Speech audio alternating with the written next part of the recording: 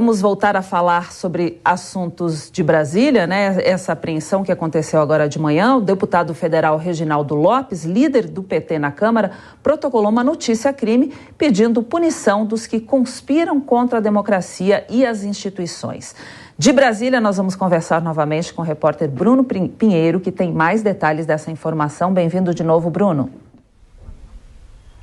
Olá, Cláudia. Então vamos entender o que é realmente essa representação na Câmara dos Deputados, a deputada Gleice Hoffmann e o deputado Reginaldo Lopes também, que assinam este documento. Eles afirmam que as mensagens são imorais e estão conspirando contra o Estado Democrático de Direito. E aí havia um requerimento, uma solicitação para que fosse atendido justamente essa autorização, o que autorizou o ministro Alexandre de Moraes, a suspensão das redes sociais, essa intervenção sobre as informações, sobre as contas, sobre as finanças de todos esses empresários que estão envolvidos no que acabou sendo divulgado essas informações que são vistas, segundo o ministro Alexandre de Moraes, ministro do STF, como atos antidemocráticos. Ainda falando sobre a Câmara dos Deputados, eu conversava agora mesmo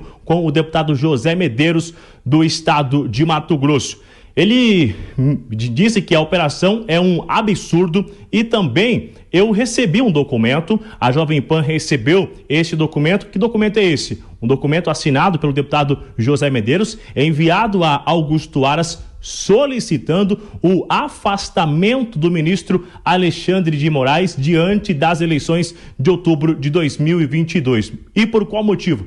Segundo o deputado José Medeiros, diante de todas as ações do ministro Alexandre de Moraes, e ainda ele relembra este documento, um histórico de relacionamento do ministro Alexandre de Moraes com quem vai disputar as eleições, no vice do ex-presidente Lula, o ex-governador Geraldo Alckmin, ex-governador do estado de São Paulo. Este relacionamento entre Geraldo Alckmin e o deputado, Alexandre de Moraes, inicia lá em 2002, 2005, quando Alexandre de Moraes chegou a ser secretário de Segurança do estado de São Paulo na gestão de Geraldo Alckmin. Eu volto já com outras informações em relação a esse histórico de Alexandre de Moraes e Geraldo Alckmin. Até já. Muito bem, obrigada então por enquanto, Bruno. A gente vai chamar agora a Taméa Danelon novamente. Taméa, a gente viu aí o Bruno falando sobre o deputado federal Reginaldo Lopes, que líder da Câmara, né, do PT na Câmara, né? Ele protocolou essa notícia-crime pedindo punição dos que conspiram contra a democracia e as instituições. Gostaria que você comentasse essa frase também e a apreensão que aconteceu nesta manhã. Veja, já há um inquérito que está apurando esses supostos crimes, não é isso? Que resultou hoje nessa operação. Então, não vejo nenhuma necessidade de ser aberto um outro procedimento para apurar essas conversas, né? Porque, veja, está previsto na Lei de Segurança Nacional, de fato, quando há um ato concreto contra a democracia, que viola o exercício dos poderes da República. Mas a própria Lei de Segurança Nacional, ela exige 2 requisitos. Há uma necessidade de que haja uma tentativa com emprego de violência ou grave ameaça. Que violência que ocorreu, qual foi a grave ameaça? A gente tem que se ater ao texto da lei e adequar a conduta das pessoas ao texto da lei. O que nós temos foram conversas entre empresários descontentes com o sistema eleitoral, descontentes com posicionamentos do STF, apenas isso. Nada foi feito de concreto, então nós não podemos pegar essas conversas que, reitero, são conversas que são preservadas pela intimidade. A intimidade é um direito fundamental previsto na Constituição Federal. Elas não poderiam ser utilizadas para dar base a uma operação policial. No inquérito que foi instaurado pela própria vítima, que viola o sistema acusatório, no inquérito onde os advogados não têm vistas dos autos, no inquérito onde havia sido arquivado pelo próprio Procurador-Geral da República. O doutor Augusto Aras promoveu o arquivamento desse inquérito que apura os supostos atos antidemocráticos. Foi arquivado pelo ministro Alexandre de Moraes e foi aberto um outro inquérito. Então, o nascedor deste inquérito é eivado de irregularidade. O juiz não pode abrir investigações de ofício.